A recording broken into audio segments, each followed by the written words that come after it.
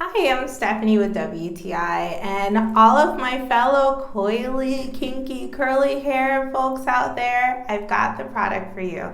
This leave-in conditioner by Carol's daughter, called Goddess Strength for a reason. It really helps to retain the length of your hair because it has wonderful fortifying ingredients. I have coarse hair that can tend to break off easily. Since I've been using this, I've definitely noticed a difference with that. I put it in after the shampoo and conditioner, and it doesn't weigh my hair down or make it feel globby, gooey feeling that some leave-ins do, but rather it helps already start to define the curls, and it leaves it soft and manageable.